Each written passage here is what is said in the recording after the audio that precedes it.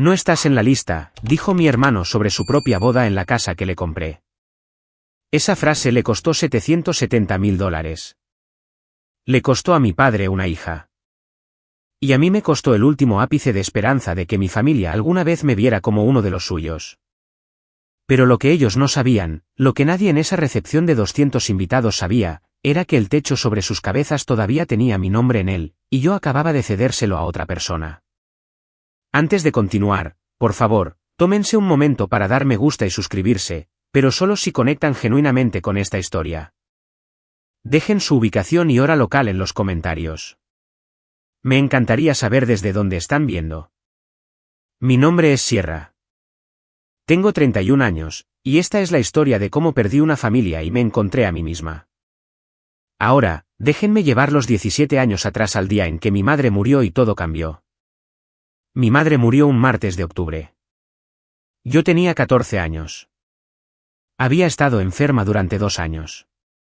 Cáncer de ovario. Y al final, pesaba menos que yo. Pero nunca dejó de ser la persona más fuerte en la habitación. Mi madre era la única que nos trataba igual. Dalton recibía una bicicleta nueva, yo recibía una bicicleta nueva. Él recibía ayuda con la tarea, yo recibía ayuda con la tarea. No creía en los favoritos. Creía en la justicia. El funeral fue pequeño. Cielo gris, hierba mojada. Recuerdo el olor a lirios y barro. Mi padre estaba junto al ataúd con su brazo alrededor de Dalton. Mi hermano tenía 16 años, ya era más alto que papá. Gerald, así se llama mi padre, acercó a Dalton y dijo lo suficientemente alto para que todos lo oyeran: ahora eres el hombre de la casa, hijo. Yo estaba a 1 metro de distancia. Nadie me dijo nada excepto una persona, Patricia Callahan. Patty, la mejor amiga de mi madre desde la universidad. Me encontró sola junto al último banco después de que todos salieran. Se agachó, tomó mis manos y me miró directamente a los ojos. Le prometí a tu madre que siempre te apoyaría, dijo. Recuérdalo. Asentí. No entendí lo que quería decir. No realmente. Lo que yo no sabía, lo que no aprendería hasta años después, era que mi madre, en sus últimas semanas, le había pedido a Patty que se convirtiera en mi madrina legal. Había firmado papeles, formales, vinculantes, todo el asunto. En ese momento, parecía una formalidad, un gesto sentimental de una mujer moribunda. No lo era. Mi madre sabía algo que yo no. Sabía en lo que se convertiría mi padre sin ella para equilibrarlo. Y tenía razón en cada una de las cosas que temía. Después del funeral, nuestra casa se dividió en 2 mundos. El mundo de Dalton tenía todo: un coche en su 16º cumpleaños, un Mustang usado, pero aún así, un fondo para la universidad que papá empezó a aumentar cada mes, clases de golf en el club donde jugaban los amigos de Gerald, viajes de fin de semana para ver campus. Una habitación que fue pintada 2 veces. Mi mundo tenía las sobras. Le pedí a papá dinero para los libros de texto en mi 2º año de secundaria. Ni siquiera levantó la vista del televisor. Pídeselo a tu hermano, dijo. Ya le di el presupuesto. ¿El presupuesto? Como si hubiera un solo fondo de dinero y Dalton llegara primero. Empecé a trabajar en una cafetería la semana que cumplí 16. Turnos a las 4:30 de la mañana antes de la escuela. Me compré mis propios cuadernos, mi propia calculadora, mi propio abrigo de invierno cuando la cremallera del viejo se rompió y nadie se dio cuenta. Una noche, necesitaba pedir prestado el coche de Dalton. Tenía una entrevista para una beca a la mañana siguiente. La única oportunidad que tenía para poder pagar la universidad. El autobús no pasaba tan temprano. Llamé a su puerta. ¿Puedo tomar prestado el coche mañana? Solo por 2 horas. No levantó la vista de su teléfono. ¿Lo necesito? Toma el autobús. El autobús no pasa a las 6 de la mañana, Dalton. No es mi problema. Caminé 4 kilómetros en la oscuridad para llegar a esa entrevista. Conseguí la beca. Esto es lo que más me dolió. Descubrí más tarde, años después, cuando Patty me ayudó a sacar viejos registros bancarios, que mi madre también había establecido un fondo para la universidad para mí, igual al de Dalton. Después de que ella murió, Gerald transfirió silenciosamente cada dólar a la cuenta de Dalton. Cada dólar. Ni siquiera esperó un año completo. Me gradué de la secundaria un sábado de junio. Summa cum laude, Sociedad Nacional de Honor, una beca completa para la Universidad Estatal. Gerald llevó a Dalton a un partido de baloncesto esa tarde. Crucé el escenario sola. Casi sola.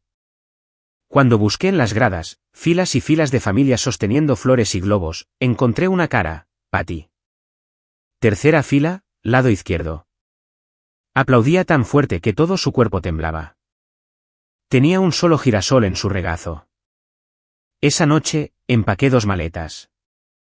Gerald estaba en la sala de estar viendo SportsCenter. Pasé junto a él con mis maletas y levantó la vista. ¿Te vas?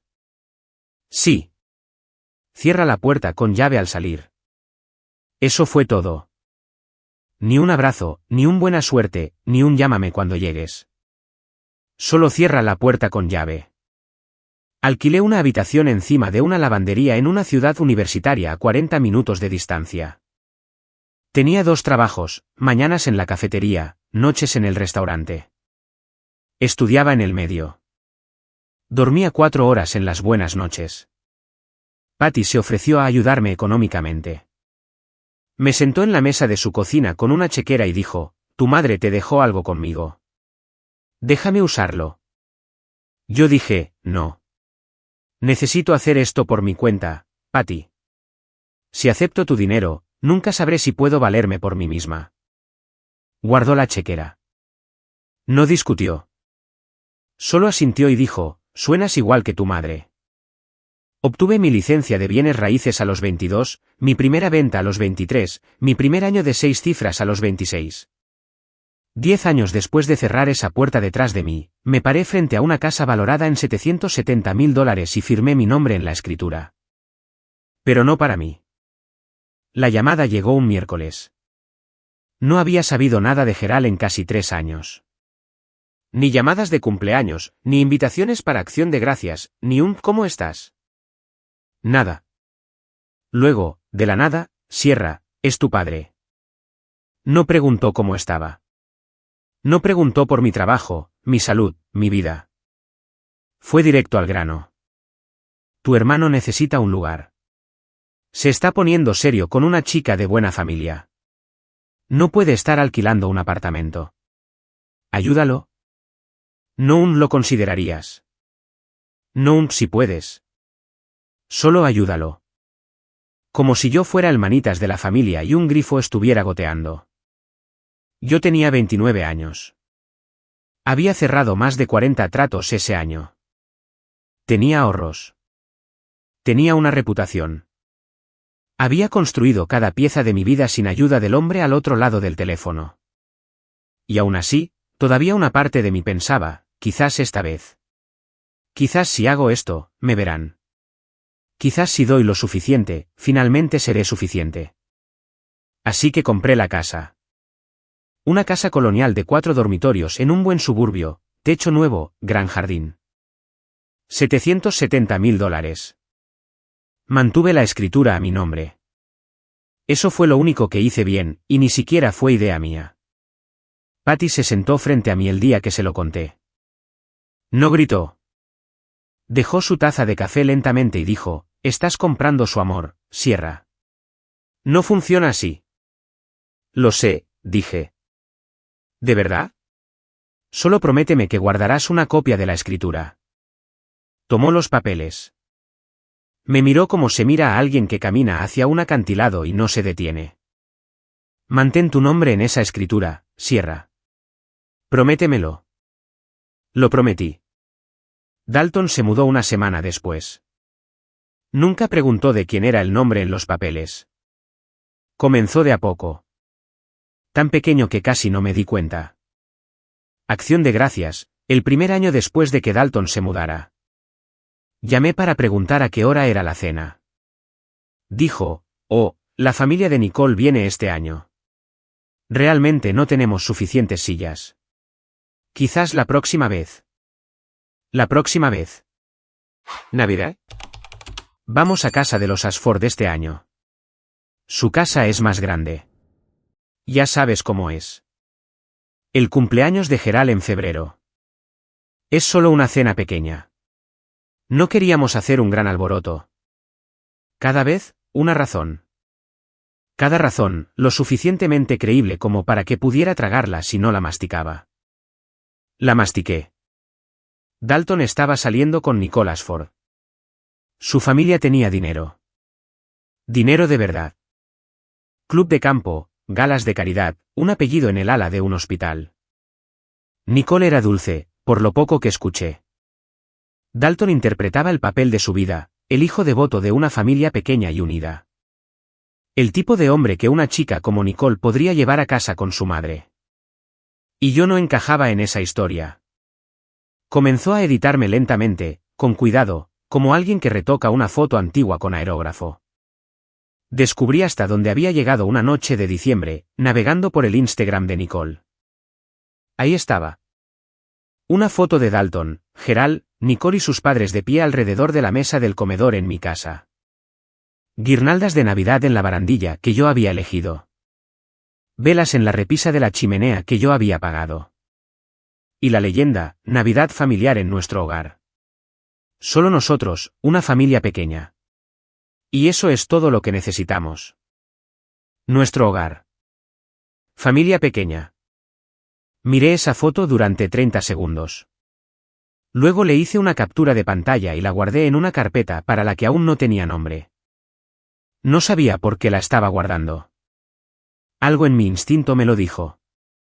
Algo que sonaba mucho a la voz de mi madre. La llamada que lo cambió todo no fue de Dalton. No fue de Gerald. Fue de Rachel Park, una colega de mi agencia inmobiliaria. Habíamos cerrado una docena de tratos juntas. Sabía lo que hacía y sabía escuchar. Sierra, esto es incómodo, dijo una tarde. Pero, tu hermano vive en esa casa colonial en Maple. Sí. ¿Por qué? Porque alguien que encaja con su descripción vino a una consulta con el bufete de Jim Boden la semana pasada preguntando sobre la posesión adversa. Mi estómago se revolvió. Posesión adversa. Es un concepto legal. Si alguien vive en una propiedad el tiempo suficiente, de manera abierta y continua sin que el propietario real se oponga, eventualmente puede presentar una reclamación de propiedad. Lleva años. Varía según el estado. Pero Dalton estaba preguntando. Estaba buscando una manera de quitarme mi casa legalmente. Llamé a Patty esa noche. Confirmó lo que ya temía. Si presenta los papeles correctos y no lo impugnas, en unos años podría tener un caso, dijo. Es una posibilidad remota, pero el hecho de que esté preguntando te lo dice todo. ¿Lo hizo? No solo estaba perdiendo una casa. Estaba perdiendo la ficción que había construido. Que en algún lugar debajo del silencio y las excusas, mi familia todavía me quería. Que la casa era un puente, no una transacción. Que la sangre significaba algo. Pero no actué. Todavía no. Había una prueba más. La boda. Dalton y Nicole se habían comprometido en enero. La boda estaba fijada para junio. 200 invitados. Me dije a mí misma, si me invita, todavía hay esperanza. Si me incluye en el día más importante de su vida, entonces quizás me equivoqué en todo. Las invitaciones se enviaron en marzo. 200 de ellas. Ninguna tenía mi nombre. Me enteré por Karen. Karen Webb, mi amiga más antigua. Nos conocíamos desde la secundaria. Era una de las pocas personas que conocía ambos lados de la historia de mi familia, y nunca me dejó pretender que todo estaba bien cuando no lo estaba. Llamó un jueves por la tarde, alegre, sin tener idea. Oye, recibí la invitación. ¿Vas a dar un discurso o algo? Dama de honor. El silencio duró 6 segundos. Lo entendió antes de que yo dijera una palabra. ¿Sierra? Recibiste una invitación, ¿verdad? No. Estás bromeando. No estoy bromeando. Me envió una foto de la invitación por mensaje de texto. Cartulina gruesa de color crema, con relieve dorado. Dalton Andrew Mercer y Nicole Elizabeth Ashford. 15 de junio. 200 invitados. Recepción a continuación en el hogar de la pareja. El hogar de la pareja. Mi casa. Llamé a Dalton. Sonó 4 veces y saltó el buzón de voz. Llamé de nuevo. Lo mismo. Le envié un mensaje de texto a Dalton. Vi la invitación. Voy a ir. 3 horas. 3 horas mirando mi teléfono como si me debiera algo. Luego la respuesta. Sierra, ya hablamos de esto. La lista de invitados es ajustada. La familia de Nicole tiene prioridad. No hagas que esto se trate de ti. Hablamos de esto. Nunca hablamos de esto. Nunca hablamos de nada porque dejó de contestar mis llamadas hace 2 años. Respondí con lo único que importaba. La boda es en mi casa, Dalton. El recibo de lectura apareció de inmediato. Luego, ha sido mi casa durante 2 años. Todo el mundo lo sabe. Leí esa frase 3 veces. Cada vez, una parte diferente de mí se rompió. La primera lectura rompió a la hermana. La segunda rompió a la pacificadora. La tercera rompió a la última persona en mí que todavía creía que dar era suficiente. Dejé el teléfono y empecé a pensar con claridad por primera vez en años. Llamé a Gerald a la mañana siguiente. Contestó al segundo tono, lo que me dijo que lo estaba esperando. Papá, ¿sabías que no estoy invitada? La boda de tu hermano. Sus reglas. Es mi casa, papá. Se la diste. Eso está hecho. No se la di. Le dejé vivir allí. Es lo mismo. No es lo mismo. Una pausa. Podía oír la televisión de fondo. Ni siquiera la había silenciado. Sierra, no empieces. Siempre haces esto. ¿Hacer qué, papá? Hacer de todo un drama. Solo deja que tu hermano sea feliz por una vez. Por una vez. Como si a Dalton se le hubiera negado alguna vez algo en su vida. Como si la felicidad fuera un pastel y solo hubiera una porción y tuviera el nombre de Dalton en ella. ¿Y yo qué? Dije. El silencio se alargó lo suficiente como para escuchar la retransmisión del partido que estuviera viendo. Luego, en voz baja, casi con delicadeza, lo que lo empeoró, estarás bien. Siempre lo estás. Colgó. Me senté en el suelo de mi cocina durante mucho tiempo después de eso, sin llorar, solo sentada, sosteniendo el teléfono en mi regazo como algo muerto. Estarás bien. Siempre lo estás. Lo dijo como si fuera un cumplido. Como si mi capacidad para sobrevivir a todo lo que me lanzaban fuera una cualidad, no una cicatriz.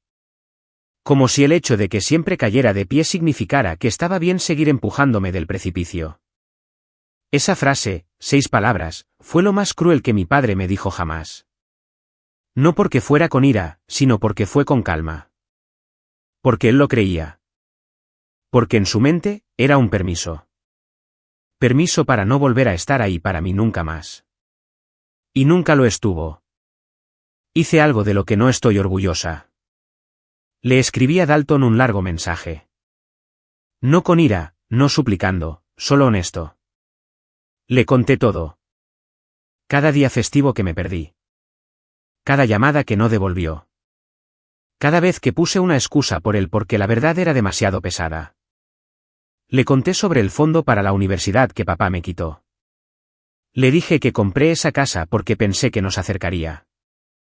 Le hice una pregunta, ¿realmente quieres que me vaya de tu vida? ¿O simplemente has estado demasiado cómodo para darte cuenta de que todavía estoy aquí? Lo leyó. La pequeña marca de verificación se volvió azul. No respondió. 2 días después, mi teléfono vibró. Un número que no reconocí. Hola, Sierra. Soy Nicole. Mi pecho se apretó. Dalton me dijo que lo has estado presionando sobre la boda. Entiendo que te sientas excluida, Pero este es nuestro día. Por favor, respeta nuestros deseos. Luego un segundo mensaje. Agradecemos la casa, pero no la uses como palanca. Leí eso 2 veces. No la uses como palanca. Dalton no solo me había excluido. Había construido una historia. En su versión, yo era la hermana difícil. La que no podía dejar ir. La que usaba el dinero para controlar a la gente. Le había dado la vuelta. Me convirtió de la persona que lo dio todo en la persona que lo usó todo. Y Nicole le creyó. ¿Por qué no lo haría? Nunca me había conocido. Ni siquiera sabía que existía hasta que me convertí en un problema. Puse mi teléfono en la encimera. Miré al techo. No lloré. Por primera vez en mi vida, no lloré. Algo cambió detrás de mis costillas. No ira, no tristeza, algo más frío, más silencioso. Algo que se sintió como el clic de una cerradura en una puerta que había estado manteniendo abierta durante 17 años. Abrí mi portátil. Busqué el número de teléfono de Russell Tate. Patty no dijo, te lo dije. La llamé a las 9 de esa noche. Le conté todo. La invitación, los mensajes de texto, las 6 palabras de Gerald, el mensaje de Nicole. Le conté lo que Dalton le había estado diciendo a la gente. Le conté sobre la consulta de posesión adversa. Dije lo que había tenido miedo de decir en voz alta. Creo que he sido una tonta, Patty. Se quedó en silencio por un momento. Luego, no fuiste una tonta. Fuiste una hija que amaba a su familia. Eso no es debilidad, Sierra. Así es como te crió tu madre. Presioné mi puño contra mi boca para mantenerme firme. La escritura, dijo. ¿Todavía está a tu nombre? Sí. Bien. Eso es lo único que importa ahora mismo. A la mañana siguiente, me senté frente a Russell Tate en su oficina del centro. Era un antiguo colega de Patty, de unos 50 años, con gafas de leer en una cadena, el tipo de abogado que habla como si cobrara por sílaba, pero que se refiere a cada una de ellas. Revisó los documentos durante 20 minutos. Escritura, registros de propiedad, declaraciones de impuestos, todo a mi nombre. Ningún acuerdo de arrendamiento con Dalton. Ningún contrato de alquiler. Ningún permiso por escrito de ningún tipo. Russell levantó la vista. ¿Quién ha estado pagando los impuestos sobre la propiedad? Yo. Cada año. Hipoteca pagada en su totalidad al cierre. Es mía. Libre de cargas. Se quitó las gafas. Señorita Mercer. Su hermano no tiene ningún derecho legal sobre esta propiedad. Sin arrendamiento, sin contrato, sin interés equitativo. Legalmente, es un invitado en su casa. Nada más. Un invitado. Dalton había estado viviendo en una casa de $700,000, organizando fiestas de Navidad y planeando su boda allí, diciéndole a todo el mundo que era suya. Y legalmente, era un invitado. Le hice una pregunta a Russell. Si la vendo, puede detenerme. No. Esa palabra se quedó en la habitación como una piedra arrojada a aguas tranquilas. Karen me llamó 2 días después con algo que me dejó sin aliento. Necesito contarte algo, dijo. Estuve en la fiesta de compromiso el mes pasado, la del Club de los Ashford. Tampoco me habían invitado a esa. Obviamente. Dalton hizo un brindis.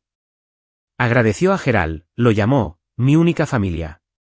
Y cuando el tío de Nicole le preguntó si tenía hermanos. Karen hizo una pausa. Dijo, solo yo, hijo único. Cerré los ojos. Sierra, ¿estás ahí? Estoy aquí. Esa noche, hice algo que no había hecho antes. Lo revisé todo. Las redes sociales de Nicole, las de Dalton, cada foto, cada etiqueta, cada comentario de los últimos 2 años. El perfil de Nicole, vacaciones con Dalton, cenas con Gerald, días festivos en la casa. Ni una sola foto mía, ni una mención. El perfil de Dalton, había retrocedido y borrado o recortado cada foto familiar antigua que me incluía. Fiestas de cumpleaños, acciones de gracias, incluso el servicio conmemorativo de nuestra madre. En cada imagen, simplemente había desaparecido, como si me hubieran recortado con tijeras. Luego encontré la publicación que hizo que mis manos temblaran. Nicole, hace 6 meses. Una foto de Gerald en la mesa del comedor riendo, con una copa de vino levantada. La leyenda, muy agradecida por el padre de Dalton, Gerald, el suegro más dulce. Solo nosotros, una familia pequeña, y eso es todo lo que necesitamos. Pero la publicación que me destrozó fue más antigua. Dalton respondiendo a un comentario bajo una foto de la casa. Alguien había escrito, hermoso lugar. ¿Cómo lo conseguiste? Y Dalton respondió, papá nos ayudó. La familia cuida de la familia. Papá nos ayudó. Le dio el crédito a Gerald por mi casa, y Gerald lo permitió. Hice capturas de pantalla de todo. Lo guardé todo. Cerré mi portátil. No solo me eliminó. Reescribió la historia. Y en su versión, yo nunca existí. Me senté en mi apartamento durante mucho tiempo esa noche. Las luces estaban apagadas. Solo el brillo de la farola a través de la ventana y una foto enmarcada de mi madre en el estante junto a la puerta. Tenía 31 años en esa foto, mi edad ahora, sosteniéndome de bebé, sonriendo como si el mundo tuviera sentido. Pensé en lo que diría si pudiera ver esto. Todo. La casa, el silencio, las fotos recortadas, las mentiras. Y oí su voz. No literalmente, sino como se oye a alguien a quien has amado tan profundamente que sus palabras viven dentro de tus huesos. No dejes que nadie te diga que no vales. Cogí el teléfono. Llamé a Russell. Pon la casa en venta. Una pausa. ¿Estás segura? Una vez que esté hecho, está hecho. Estoy segura. Tardó 3 semanas. Russell encontró un comprador. Una familia joven que se mudaba de otro estado. Les encantó la casa. Ofrecieron el precio completo. Sin contingencias. Trato limpio. Fecha de cierre, 14 de junio. Un día antes de la boda. Firmé los papeles en la oficina de Russell un martes por la tarde. La casa cambió de manos a las 4:17 de la tarde. Ya no era mía, lo que significaba que ya no era de Dalton para estar en ella. Russell preparó la notificación de desalojo. 30 días, estándar, completamente legal. Elegí la fecha de entrega, 15 de junio, la mañana de la boda. Patty se sentó conmigo esa noche. No dijo mucho. Solo sirvió 2 copas de vino y esperó. ¿Cómo quieres hacer esto?, preguntó. En silencio, dije. Solo quiero que sepa la verdad. Me quedé sentada durante mucho tiempo después de que se fuera. No estaba feliz. No estaba triste. Estaba vacía, como si me hubiera cortado una parte de mi cuerpo que había estado muerta durante años, pero que había tenido demasiado miedo de soltar. Si alguna vez has tenido que elegir entre la lealtad y el respeto propio, sabes exactamente cómo se siente eso. ¿Habrías hecho lo mismo? Me encantaría escuchar tu respuesta en los comentarios. 15 de junio. Un sábado. 27 grados, cielo despejado. Conduje hasta el vecindario a las 6:30 de la tarde, no a la casa, sino al final de la manzana desde donde podía ver la entrada a distancia. Aparqué bajo un roble y apagué el motor. La casa se veía hermosa. Les daré eso. Luces blancas colgadas a lo largo de la valla, farolillos bordeando el camino, coches llenaban la calle. BMW S, un par de Mercedes, un Escalade negro que supuse pertenecía a Margaret Ashford. A través de las ventanas abiertas, podía oír jazz, risas, el tintineo de las copas. 200 personas celebrando en una casa que pensaban que pertenecía al novio. Mi teléfono sonó. Karen. Estoy dentro, susurró. Sierra, es precioso. Las flores, la comida. Hay un cuarteto de cuerda en el patio. ¿Cómo está él? Radiante. Lleva un traje gris. Nicole está impresionante. Acaban de hacer el primer baile. Una pausa. Sierra, siento mucho que no estés aquí. Está bien, dije, lo cual era una mentira. Pero algunas mentiras son solo amabilidades que te das a ti misma. Luego Karen dijo lo que lo selló todo. Acaba de dar su discurso. Agradeció a Gerald por, y cito, darme todo, incluida esta hermosa casa. Gerald se levantó e hizo una reverencia. La gente aplaudió. Agarré el volante. Y Sierra, dijo que desearía que su madre pudiera estar aquí. Dijo, ella es la única que falta esta noche. La única que falta. Yo estaba a 200 metros de distancia, sentada en un coche aparcado en una calle pública, escuchando a mi hermano borrarme en tiempo real desde un escenario construido dentro de una casa que yo pagué. Y según él, la única silla vacía en esa boda pertenecía a una mujer que murió hace 17 años. Yo no faltaba. Fui eliminada. Y ahora era el momento de eliminarme de la ecuación por completo. Llamé a Russell a las 8:41 de la noche. ¿Envíalo? ¿Estás segura? Sí. Russell envió dos cosas simultáneamente. Primero, la notificación formal de desalojo, entregada a la dirección de la propiedad a través de un servicio de mensajería con confirmación de firma. 30 días, estándar, legal. Segundo, un correo electrónico a Dalton, Gerald y Nicole.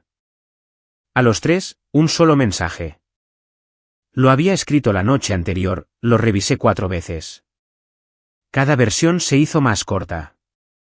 El borrador final tenía 6 líneas. La propiedad en 114 Maple East Drive ha sido vendida. La transacción se cerró el 14 de junio. Tienen 30 días para desalojar. Se adjuntan, 1. Una copia de la escritura a mi nombre, 2. El acuerdo de venta firmado, y 3. La notificación formal de desalojo. Les deseo a ambos un feliz matrimonio. ¿Sierra? Sin signos de exclamación, sin acusaciones, sin emoción. Solo hechos, documentos y un plazo. Adjunté 3 archivos PDF, la escritura, con mi nombre claro como el día, el contrato de venta, comprador, precio, fecha de cierre, hecho, y la notificación de 30 días escrita en el papel con membrete del bufete de Russell. Cada casilla marcada, cada línea legal. Presioné enviar a las 8:47 de la noche. El jazz seguía sonando. Podía oírlo débilmente a través de las ventanas abiertas a 200 metros de distancia. Alguien se rió. Una risa grande, generosa, de champán. El tipo de risa que la gente hace en las bodas cuando cree que todo es perfecto. Giré la llave en el contacto. Conduje a casa. No revisé mi teléfono. No llamé a Karen. No llamé a Patty. No miré por el espejo retrovisor. Entré en mi apartamento. Me lavé la cara. Me cepillé los dientes. Y me metí en la cama y dormí profundamente, sin soñar en absoluto por primera vez en meses. Lo que sea que estuviera pasando dentro de esa casa ahora, ya no era mi casa, y ya no era mi problema. Karen llamó a las 9 de la mañana siguiente. Primero hice café. Luego contesté. ¿Sierra? Oh, Dios mío. Cuéntame. Me lo contó. Alrededor de las 9 de la noche, 12 minutos después de que envié el correo electrónico, Dalton sacó su teléfono de la chaqueta durante un brindis del tío de Nicole. Miró la pantalla. Luego se puso blanco. No rojo, no sonrojado, blanco, como si la sangre se le hubiera ido de la cara de una vez. Se excusó, encontró a Gerald cerca de la barra. Karen estaba lo suficientemente cerca como para oír a Gerald decir, ¿qué quieres decir con que se vendió? Luego Dalton siseó algo que ella no pudo entender y la mandíbula de Gerald se tensó como un alambre tirado con fuerza. Se trasladaron al pasillo. La discusión fue silenciosa, controlada, la forma en que los hombres discuten cuando están rodeados de gente a la que necesitan impresionar. Pero el lenguaje corporal gritaba. Gerald apuntando con el dedo hacia el suelo. Dalton presionando la palma de su mano contra la pared como si la necesitara para mantenerse en pie. Nicole se dio cuenta. Por supuesto que sí. Era su boda. Se acercó con su vestido blanco y tocó el brazo de Dalton. ¿Qué pasa? No es nada. Parece que vas a vomitar. Vio el teléfono en su mano. Se lo quitó. Leyó el correo electrónico. El pasillo se quedó muy silencioso. ¿Quién es Sierra Mercer?, dijo Nicole. La boca de Dalton se abrió. No salió nada durante 3 segundos completos. Luego, nadie. Nicole miró el archivo adjunto. La escritura. Mi nombre. La dirección en la que estaban. La escritura dice Sierra Mercer. Me dijiste que esta era la casa de tu padre. Dalton intentó coger el teléfono. Nicole lo apartó. Margaret Ashford apareció al final del pasillo. Vestido de seda, pendientes de perlas, una cara que podía leer una habitación a 12 metros de distancia. ¿Qué está pasando?, dijo. Nicole giró la pantalla hacia su madre. Margaret leyó. Miró a Dalton. Miró a Gerald. Luego cogió su bolso de mano y caminó hacia la puerta principal. Margaret no se fue. Se detuvo en la puerta principal, se dio la vuelta y regresó. Eso fue peor. Se paró frente a Dalton en el vestíbulo donde el cuarteto de cuerda había estado tocando 10 minutos antes, y una docena de invitados ahora pretendían no mirar. Mi hija te hizo una pregunta simple, dijo Margaret. ¿Quién es Sierra Mercer? Dalton se pasó una mano por el pelo. Intentó sonreír. No funcionó. Ella es. Es complicado. Es una pariente lejana. Karen dio un paso adelante. Me dijo más tarde que no lo había planeado, pero había tomado 2 copas de champán y llevaba 17 años viendo cómo me borraban, y algo dentro de ella simplemente se rompió. Es su hermana, dijo Karen. Su hermana menor. Y ella es quien compró esta casa. La habitación se quedó en silencio. No un silencio de película. Un silencio real. El tipo de silencio en el que puedes oír el zapato de alguien moverse en el suelo de madera. Margaret miró a Gerald. ¿Tienes una hija? Gerald enderezó los hombros. Un viejo hábito. Esto es un asunto familiar. Se convirtió en el asunto de mi familia en el momento en que mi hija se casó con tus mentiras. Esa palabra, mentiras, aterrizó como una bofetada. Gerald se estremeció. Físicamente se estremeció. Nunca lo había visto estremecerse por nada en mi vida, y ni siquiera estaba allí. Pero Karen lo describió con tanta precisión que pude verlo. Nicole se interpuso entre su madre y su marido con una mirada que Karen describió como la de alguien que ve su casa arder en tiempo real. Se volvió hacia Dalton. Me dijiste que eras hijo único. Nicole, déjame explicarte. Me dijiste que tu padre compró esta casa. ¿No es lo que? ¿En qué más mentiste? Esa pregunta quedó en el aire. No solo sobre la casa, no solo sobre mí, sino sobre todo. La base completa de su matrimonio, de un día de antigüedad, se estaba resquebrajando frente a 200 personas. El rostro de Dalton pasó por 3 etapas. Karen las contó. Primero, la negación. Señaló a Karen como si hubiera activado una alarma de incendios. Karen no sabe de lo que habla. Es amiga de Sierra. Es parcial. Karen no se inmutó. Fui a la secundaria con ambos, Dalton. Estuve en el funeral de tu madre. Te vi cenar en la mesa de Sierra durante 16 años. Segundo, la desviación. Dalton se volvió hacia la sala, hacia los invitados, hacia cualquiera que quisiera escuchar y abrió las manos. Sierra siempre ha sido así. Es celosa. Está tratando de arruinar mi boda porque no soporta verme feliz. La voz de Margaret se abrió paso. Ella no vino a tu boda, Dalton. Tú no la dejaste. Tercero, el colapso. Dalton miró a Gerald. La forma en que un niño mira a un padre cuando el maestro lo atrapa haciendo trampa. Ayúdame a arreglar esto. Gerald no se movió. Su boca era una línea delgada. Tenía las manos en los bolsillos. Por primera vez en mi vida, En el relato de Karen, Gerald Mercer no tenía absolutamente nada que decir. Ni sermón, ni redirección, ni esto es un asunto familiar.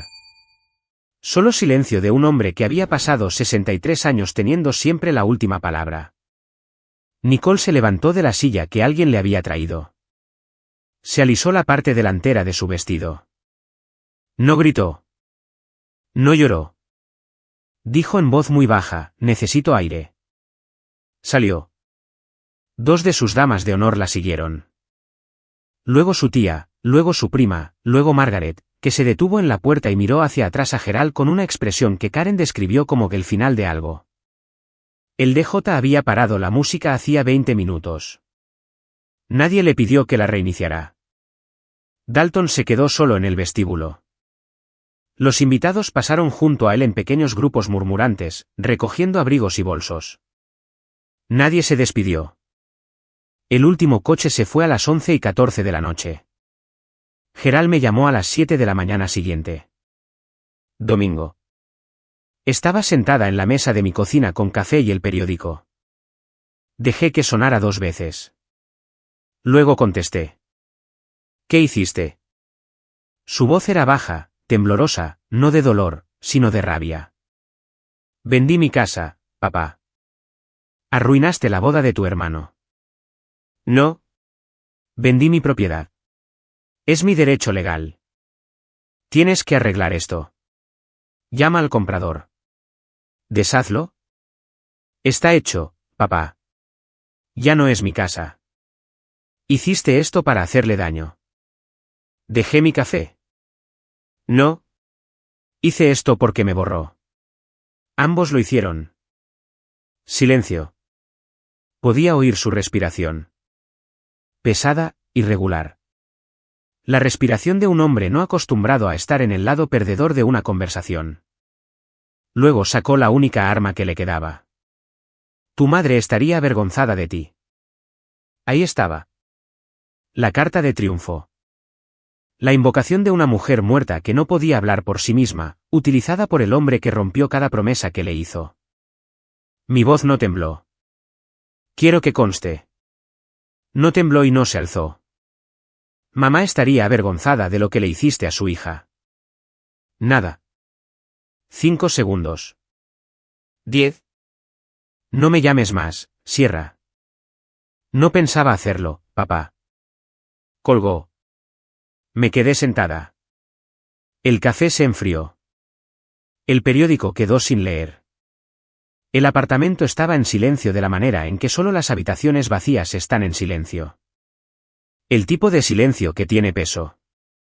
Esa fue la última conversación que tuve con mi padre. No la última vez que intentó contactarme. Eso vino después, a través de otras personas, en tonos más suaves. Pero fue la última vez que contesté el teléfono a Gerald Mercer. Algunas puertas se cierran con un portazo. Esta se cerró con un clic. Y yo fui quien giró la llave. Dalton llamó el lunes por la tarde. Casi no contesto, pero me di cuenta de que necesitaba oír lo que diría. No por esperanza. Ya no. Por cierre. No puedes hacer esto. Su voz era áspera, ronca, la voz de un hombre que había pasado la noche discutiendo o llorando o ambas cosas. Este es mi hogar, Sierra. Nunca fue tu hogar, Dalton. Era mío. Te dejé vivir allí. Te demandaré. Adelante. La escritura está a mi nombre. Siempre lo estuvo. Silencio. Luego vino el cambio. Lo había estado esperando. El momento en que pasó de la rabia al encanto, del arma a la herramienta. Sierra, vamos. Su tono bajó, más suave, casi cálido. Somos familia. Sé que las cosas no han sido perfectas, pero podemos solucionarlo. Hablaré con Nicole. Te invitaremos a cenar. Podemos. Le dijiste a tu esposa que no existo. La frase se interpuso entre nosotros como un muro. Puedo explicarlo. No necesitas hacerlo. Lo entiendo perfectamente. Sierra, por favor. Nicole está furiosa. Su madre no devuelve mis llamadas. Si pudieras. ¿Si pudiera qué? Arreglarlo por ti como siempre he hecho. No respondió. Tienes 30 días. Es la ley. Te sugiero que los uses. ¿A dónde se supone que vamos a ir? Eso ya no es mi problema, Dalton. Otra pausa. Luego, en voz baja, y esta fue la parte que casi me afectó, lo siento. 2 palabras. 17 años tarde. ¿Sientes que? Pregunté. Y no pudo responder. Literalmente no pudo nombrar porque lo sentía, porque nombrarlo significaría admitir que sucedió. Y admitir que sucedió significaría que él no era la víctima. Adiós, Dalton. Colgué. Mi mano estaba firme. Me dolía el pecho, pero mi mano estaba firme, y eso importaba más. Russell llamó el miércoles por la mañana para confirmar lo que ya sabía. La venta está completamente registrada. Título transferido. ¿Fondos depositados en tu cuenta? Una pausa. Está hecho, Sierra. Limpio y legal. Limpio y legal. 3 palabras que de alguna manera se sintieron más pesadas que los $770.000 en mi cuenta bancaria. Dalton contrató a un abogado. Por supuesto que lo hizo. Gerald probablemente lo pagó. Pero no importó. Russell me dijo más tarde, de segunda mano a través de un colega, que el abogado de Dalton revisó los documentos durante unos 15 minutos antes de dar el veredicto. No tienes un caso. Ella era la propietaria del inmueble. No había contrato de arrendamiento, ni acuerdo de alquiler, ni ningún acuerdo por escrito de ningún tipo. No tienes base legal. Dalton había vivido en mi casa durante 2 años, la había decorado, había celebrado fiestas en ella, había planeado su boda en ella, le había dicho a 200 personas que era suya, y legalmente, no tenía nada. Ni un solo papel con su nombre. Porque nunca se le ocurrió preguntar. Porque nunca se le ocurrió que la hermana que había borrado podría algún día necesitar una prueba de que existía. Tenía 30 días para mudarse. Él y Nicole, recién casados, empacando cajas. Nicole no solicitó el divorcio. Me alegré de eso. No por Dalton, sino porque no quería ser la granada que destruyera un matrimonio. Lo que quería era la verdad sobre la mesa. Lo que sucediera después era cosa de ellos. Pero Nicole tenía condiciones. Karen lo escuchó por ahí, terapia de pareja, total transparencia financiera y una conversación conmigo. La última dependía de mí. Nicole se puso en contacto a través de Karen. Dile que aprecio la oferta, dije. Pero todavía no. Quizás nunca. Esa es mi elección. Fue la primera vez en mi vida que tomé una decisión sobre mi familia sin preguntarme si la aprobarían. Se sintió como respirar después de contener la respiración durante 17 años. Esto es lo que pasa con 200 testigos, no puedes volver a meter la verdad en la botella. En una semana, la historia había viajado por todos los círculos que Dalton y Gerald habían pasado años cultivando cuidadosamente. El club de campo, el vecindario, el grupo de golf de Gerald, las hermanas de la fraternidad de Nicole, los compañeros de trabajo de Dalton. La versión variaba dependiendo de quien la contara, pero la esencia era siempre la misma. La hermana del novio le compró una casa, fue borrada de la familia y vendió la casa el día de la boda. Cada relato terminaba de la misma manera, un silbido bajo o un lento movimiento de cabeza. Margaret Ashford se lo contó a su club de lectura. Karen lo confirmó. Las palabras exactas de Margaret, según se informa, si mintió sobre tener una hermana, ¿qué más estará ocultando? Esa frase viajó por el círculo social de los Ashford como un incendio forestal. A finales de mes, Dalton había pasado de ser un gran partido a aquel que la hija de Margaret debería haber investigado. Gerald fue quien peor lo llevó en público. Sus amigos del golf, hombres que conocía desde hacía décadas, comenzaron a hacerle preguntas que no podía responder. Uno de ellos, un juez retirado llamado Walter, se lo dijo en la cara durante un almuerzo. ¿Excluiste a tu propia hija, Jerry? La que le compró la casa al chico. Gerald abandonó el restaurante antes de que llegara la cuenta. Karen escuchó esa historia de tercera mano. Pero la creo, porque toda la identidad de Gerald se basaba en ser un hombre respetable, un buen padre, un proveedor. Y ahora las personas que más respetaba lo miraban y veían a otra persona. Dalton y Nicole se mudaron a un apartamento de 2 habitaciones al otro lado de la ciudad. Sin jardín, sin guirnaldas de luces, sin patio para un cuarteto de cuerda. La casa en Maples Drive, mi casa una vez, ahora pertenecía a la familia Brennan. Una pareja joven, 2 hijos. Pintaron la puerta principal de rojo. Pasé por allí una vez, solo una vez. El rojo se veía bien. Patty me lo contó una semana después. Le había pedido a Gerald que se reuniera con ella en una cafetería del centro. Lugar público, terreno neutral. El vino, lo que la sorprendió. Se veía más viejo, dijo Patty. Como si 10 años lo hubieran golpeado en 10 días. No fue con rodeos. Patty nunca lo hacía. Linda me pidió que cuidara de Sierra. ¿Sabes por qué? Porque sabía que tú no lo harías. La mano de Gerald se apretó alrededor de su taza de café. No metas a Linda en esto. Linda está en esto. Siempre estuvo en esto. Ella vio lo que estabas haciendo antes de morir. Me lo dijo. ¿Qué te dijo? Que ya habías elegido a Dalton. Que ya habías decidido que Sierra era la segunda. Me hizo prometer no solo que cuidaría de esa niña, sino que estaría preparada, porque ella lo sabía. Gerald se quedó mirando la mesa. Patty dijo que su mandíbula se movía, los músculos se movían como si estuviera masticando palabras que no podía tragar. No me pidió que fuera la madrina de Sierra por tradición, Gerald. Me lo pidió porque tenía miedo de lo que le harías a esa niña cuando ella no estuviera allí para protegerla. Hizo una pausa. Y tenía razón. Gerald se levantó. No empujó la silla hacia atrás. Simplemente se levantó como un hombre que deja un banco de la iglesia. Puso un billete de 20 en la mesa. Salió sin darse la vuelta. Patty me llamó esa noche.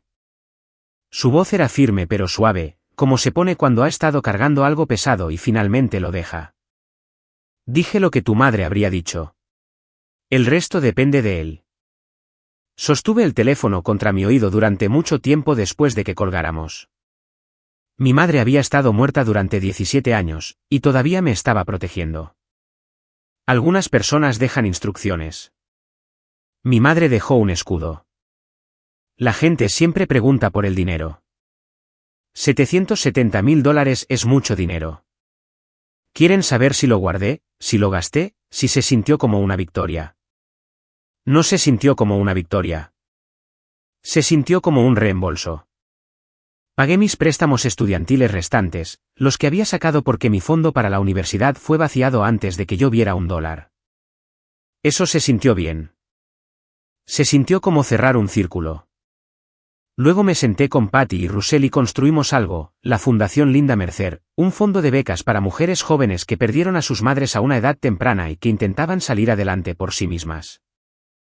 No solo la matrícula universitaria, sino también las tasas de licencias, los costos de certificación, los depósitos del primer mes de alquiler. Las cosas prácticas en las que nadie piensa cuando dicen, solo trabaja duro y estarás bien. No le puse mi nombre. Le puse el nombre de la mujer que vio 17 años en el futuro e hizo un plan para proteger a una hija que no viviría para criar. Patty se encargó de la configuración legal. Russell hizo el papeleo. Lo financié con 1/3 de los ingresos de la venta. Ni un comunicado de prensa, ni una gala, ni una publicación en redes sociales. Solo un formulario, una cuenta bancaria y una misión. Con lo que quedaba, compré una casa. Una pequeña. 2 habitaciones, un porche, una ventana en la cocina que da al este, para que entre la luz de la mañana mientras tomo mi café. La escritura está a mi nombre. Solo a mi nombre. El día que me mudé, desempaqué una caja antes que nada. Dentro estaba la foto enmarcada de mi madre, aquella en la que tiene 31 años, sosteniéndome, sonriendo. La puse en el estante junto a la puerta principal. Así, es lo primero que veo cuando llego a casa. Esta vez, le dije a la habitación vacía, compré una casa para mí. Pasaron 3 meses. Dalton y Nicole siguieron juntos. Me enteré por Karen de que Nicole había establecido sus términos, terapia todas las semanas, sin excepciones, total transparencia financiera, cada cuenta, cada deuda, cada dólar, y una conversación honesta sobre su familia. Toda. Sin ediciones. Dalton aceptó. Si lo cumplió o no, ya no era mi problema. Me envió una carta. Escrita a mano, lo que me sorprendió. 2 páginas. La letra era desordenada, del tipo que proviene de escribir rápido porque tienes miedo de perder el valor. No se disculpó. No exactamente. Dijo, sé que me equivoqué. Dijo, no sé cómo arreglar esto. Dijo, Nicole sigue preguntando por ti, y no sé qué decirle porque ya no te conozco, y eso es culpa mía. La leí 2 veces. La doblé y la puse en el cajón de mi mesita de noche. No respondí. No porque lo odiara, sino porque no estaba lista. Y por primera vez en mi vida, dejé que no estoy lista fuera una oración completa. Gerald no se puso en contacto. Ni una carta, ni una llamada, ni un mensaje a través de nadie. Solo silencio. El mismo silencio que me había dado toda mi vida. Excepto que ahora era el único lenguaje que le quedaba. No lo esperé. Había terminado de esperar. Los jueves por la noche se convirtieron en mi ancla. Patty y yo cenábamos todas las semanas. En su casa, en mi casa, en el restaurante italiano de la calle LM donde el dueño conocía nuestros pedidos de memoria. A veces se unía Karen. A veces Russell venía con su esposa. Comíamos, hablábamos, nos reíamos de cosas que no tenían nada que ver con Dalton o Gerald o la casa en Maple East. Esta era mi familia ahora. No la que me vio nacer, sino la que construí. Y nadie en esa mesa me hizo demostrar nunca que merecía una silla. Estoy de pie en mi porche mientras termino de contarles esto. Es un porche pequeño, lo suficientemente grande para 2 sillas y una maceta que siempre olvido regar. La casa detrás de mí no es nada especial. Pero la escritura está a mi nombre. La hipoteca está pagada. Y nadie dentro de ella me ha dicho nunca que no pertenezco. Solía pensar que la familia significaba sacrificio. Que si daba lo suficiente, suficiente dinero, suficiente paciencia, suficiente silencio, las personas que compartían mi sangre finalmente me verían. Estaba equivocada. No sobre el dar, sino sobre a quién le estaba dando. No vendí esa casa por ira. La vendí porque finalmente creí que yo valía más que una habitación de invitados en mi propia vida. Que merecía un asiento en la mesa. No porque comprara la mesa, sino porque soy una persona que importa. Si estás en una familia donde siempre eres tú quien da y nunca quien recibe, donde tu amor es tratado como una suscripción que pueden cancelar cuando sea inconveniente, no necesitas su permiso para detenerte. No necesitas que estén de acuerdo en que has sido herido para que se te permita sanar. Un límite no es un muro, es una puerta, y tú decides quién la cruza. No sé qué pasará después con Dalton. Quizás algún día estaré lista para sentarme frente a él y escuchar. Quizás no. Eso está permitido. No sé sobre Gerald. He dejado de intentar predecir a un hombre que nunca aprendió a verme. Quizás las palabras de Patty plantaron algo. Quizás no. Ese es su trabajo, no el mío. Lo que sí sé es esto. Tengo 31 años. Tengo un hogar que es mío.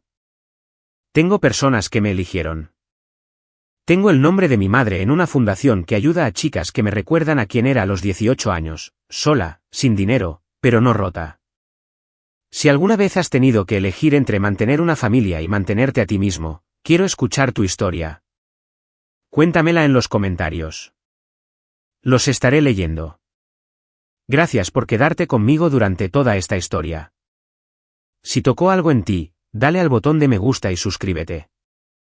No porque te lo pida, sino porque quizás alguien que conoces también necesita escuchar esto. Compártelo con ellos. Y si estás listo para otra historia sobre mantener tu posición y encontrar dónde perteneces realmente, hay un enlace en la descripción esperándote. Te veré allí. Cuídense y recuerden, ustedes nunca fueron demasiado. Ellos simplemente ofrecían muy poco. Nos vemos en la próxima.